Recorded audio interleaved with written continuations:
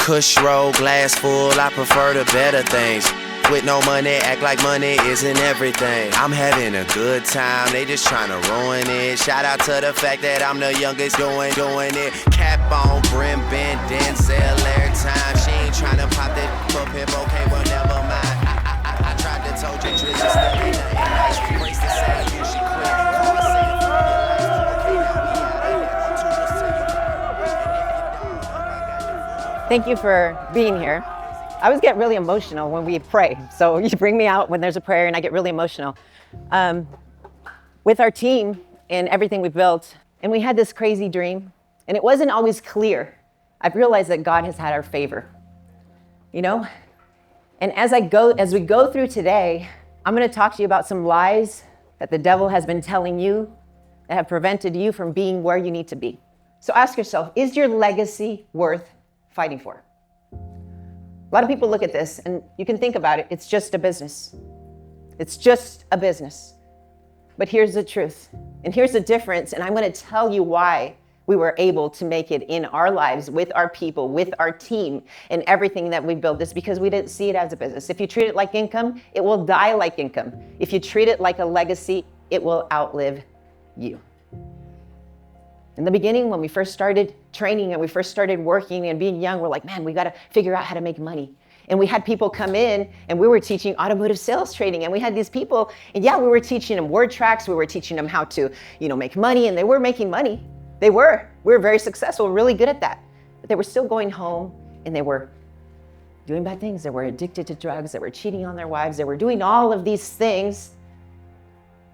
And we were like, hey, we got to do something better. Like, this is not what we built this for. What are our core values? What do we believe in? What are we doing? We don't want to make people make money and then still be bad people. We want to make them good people. So as you're thinking about your business, as you're thinking about what you're doing, what makes you special in what you do? And it might be digging into that pain that you felt growing up, digging into that hurt that you had a boss that talked to you a certain way, that you said, hey, you know what? When I have my business, I would never do that. And that's the thing that you have to stand by. But what is that lie? Is your legacy really worth fighting for? Or is it a rah-rah thing that we're meant to be motivated and then you go talk to somebody outside and they demotivate you, take you off the rails, and then all of a sudden you have that doubt? What is your truth? Who are you listening to? My parents failed. My mom was 1 out of 14 kids, first person in her family to get a divorce. My dad, she mentioned the D word and my dad believed it. And she expected her whole life for him to come and say, I didn't mean that. And she stayed miserable for her whole life to this day. And I saw failure over and over. My dad was a failed entrepreneur. He just wanted to start a business and he would fail. He started another business and then he would fail. He started another one and he would fail. And thank God, after I grew up and I was out of the house, he finally made it. But I grew up watching failure my entire life. So what happened? It made me a very ballsy, very brave little girl that I was like, what's the worst that can happen? Oh, we just switch houses. Oh, okay, I'm gonna ride the bus. Okay, I'm gonna do this. That was it. I came to the States and I was like, okay, I'm gonna start real estate. I'm gonna get into insurance. I'm gonna get into, marketing. I'm gonna get into all of these different things, sales. And I'm gonna figure out what my passion is. And I just kept getting promoted and promoted and promoted because I was always looking for stuff and I wasn't afraid. Not because I had any special skills, but I didn't have fear. I was fearless because I had failed too much already. There was nothing I could lose. How do you see problems? How do you see adversity? I say we prayed for these problems. I'm a problem digger. I search for problems all day long. That's what my role in the company is. I could be mad all day because I see problems, or I could be like, hey, I got a problem. I'm gonna fix it. Guess what? I'm a problem searcher and I find new problems, not old problems. Just don't repeat the same mistakes. That's what I view problems as, right? So which lie am I telling myself? What is your lie that you have for yourself? In your business, with what you're starting, with what you're doing, the lie. I don't have what it takes. Do you ask yourself that? I don't have what it takes. The truth is, you do. You just haven't been stretched yet.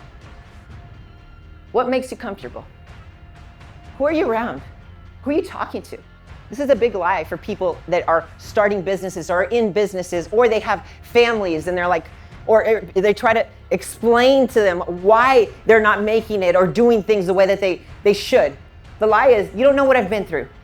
How many of you guys say that? You don't know what I've been through. I've been through all of this stuff. I've been through all of this disappointment. I've been through this divorce. I've been through this. I've been sued. I've had all of these things. I lost somebody in my family. I had this pain. I was this person and I've changed to this. But now it's time for the next move, for the next change in you, for you to recreate all the way. But you're like, hey, you just don't know me. You don't understand me. You don't know what I've been through. And the truth is that scared version of you keeps you surviving. It's time to bury it. I always think about fulfillment. Fulfillment, yes, you have to be grateful. You have to look at life. You have to say, hey, you know what, I'm grateful. You have to have that chip on your shoulder. You have to be really in tune with like, hey, you know what, I got this opportunity. I'm not going to waste it. But gratitude alone is not going to give you fulfillment. Fulfillment is progress.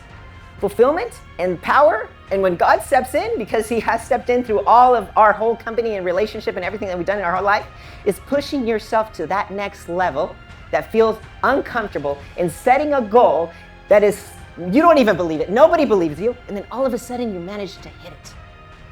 And that right there gives you a drive, gives you an addiction of like, man, I'm proud of myself.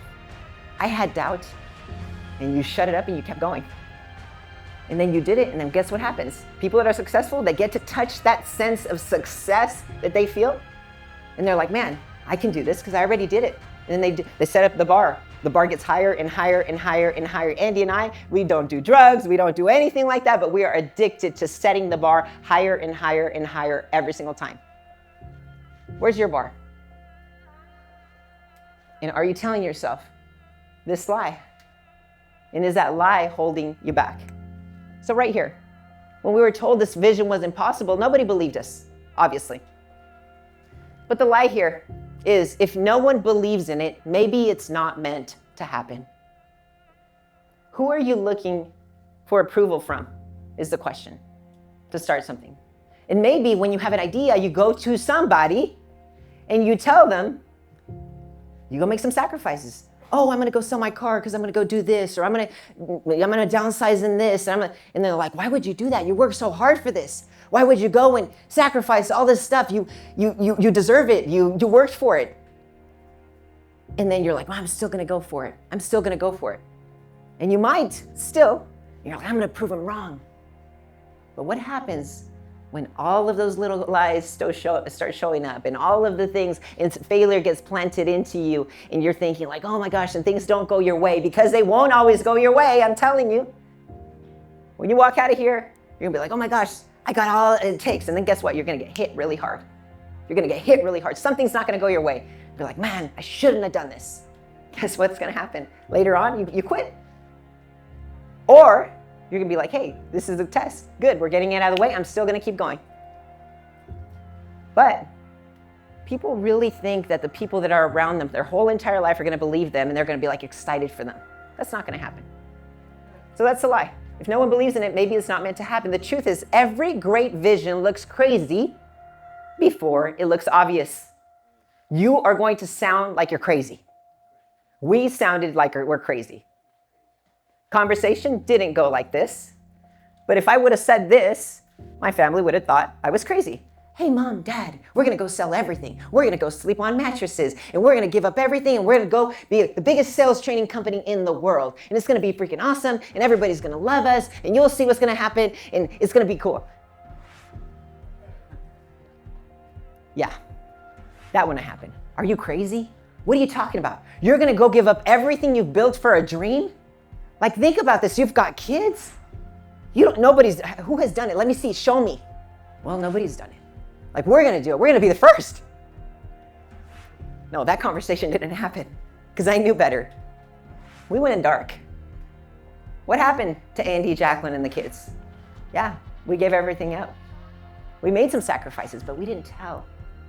We didn't tell anybody. We didn't tell my parents. What do I want my dad and my mom to feel sorry for me? No.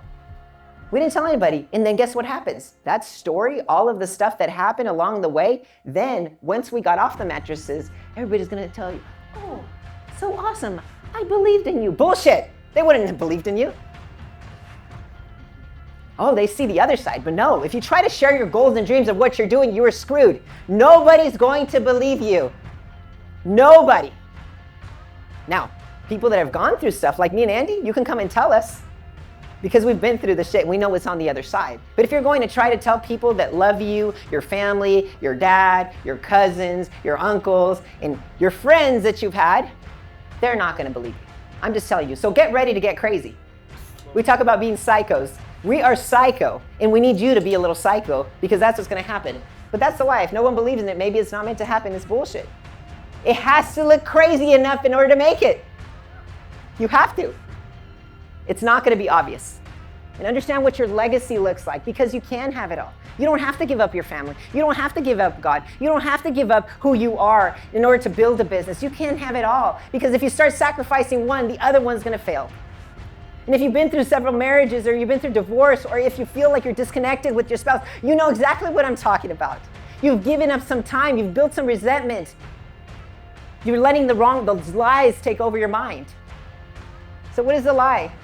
This is just a business. I need to figure out how to make money. That's the lie. You might start that way, but I'm inviting you to think differently because it goes beyond you. The truth is no. This is bigger than business. Your loved ones are watching. Who are you doing this for? Your bloodline is on the line. You're not building income, you're building freedom, impact, and legacy. Everything changes the moment you go all in. That is it. So as you reach adversity, as you reach all of these things, what is the truth that you're going to believe? And if you believe those lies, you're going to be one of those 82%. Are you willing to do that? I hope not. Sticking around the right people will help you get there faster, that's for sure. But I am out of time. I am out of time right now. And I could talk to you guys for days, but thank you so much. I really appreciate you guys. Thank you for letting me share a story.